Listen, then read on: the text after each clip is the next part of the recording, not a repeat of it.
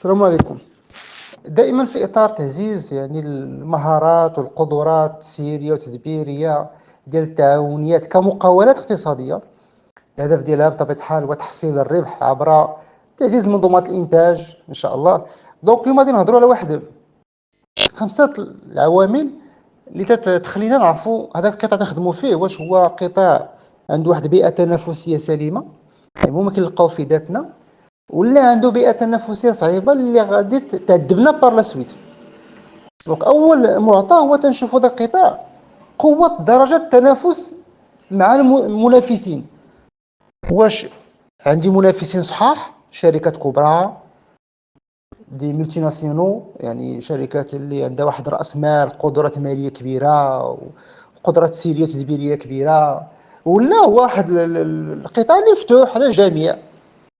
دونك هذه القوات هي تنحاول نعرفها من اطار واحد تندير واحد البحث يعني المنافسين اللي كاين في القطاع اللي تخدم فيه، ثم هذاك القطاع اللي تخدم فيه واش ممكن انه يكون مهدد بشي وافدين جدد او بشي منتجات بديله. يعني اللي خدمت في واحد القطاع، واش هذا القطاع يقدر يكون مستقبلا مهدد باش يجيو واحد يعني العاملين وافدين اخرين جداد، ولا واحد الخدمات او منتجات بديله اللي تقدر تغطي المنتج ديالي اللي تخدم فيه. الثالثه هو قوه تفاوضيه ديالي مع الناس اللي بيعطوني المواد الاوليه، او بصيغه اخرى واش الماده الاوليه متوفره باش غادي نخدم ولا فيها احتكار وغادي نبقى تحت الرحمه ديال مول الماده الاوليه. الى عندي مصادر مختلفه ديال الموردين او الممولين فتكون القوه التفاوضيه ديالي كبيره. الى ما كانش عندي واحد الاختيار كبير ديال الموردين تكون عندي واحد ضعف ديال التفاوض، لا في السعر ولا في الجوده. يعني داكشي اللي كاين غادي نقدر به بالسعر اللي طلب هو وبالجوده اللي عنده هو. ثم شنو هي القدره التفاوضيه ديالي مع العملاء؟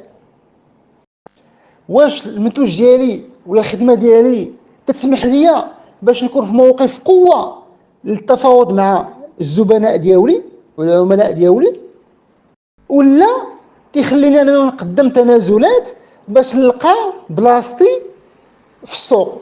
واش الحجم ديال التنازلات؟ واش التنازلات انا قادر عليهم باش نتحملهم ماديا، او لا قدر الله وقع شي مشكل واش قادر نتحمل ونستمر؟ دونك هادو بعض العناصر اللي خصني نفكر فيهم فاش نبغي ندير المشروع ديالي. المنافسين القوه ديالهم،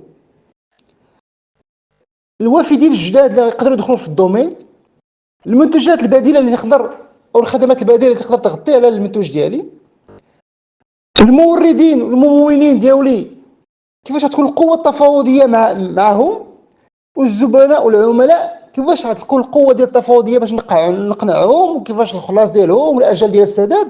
دونك هادو عوامل خصني نناقشهم وخصني نحطهم قبل ان شاء الله ما نبدا المشروع ديالي. وشكرا.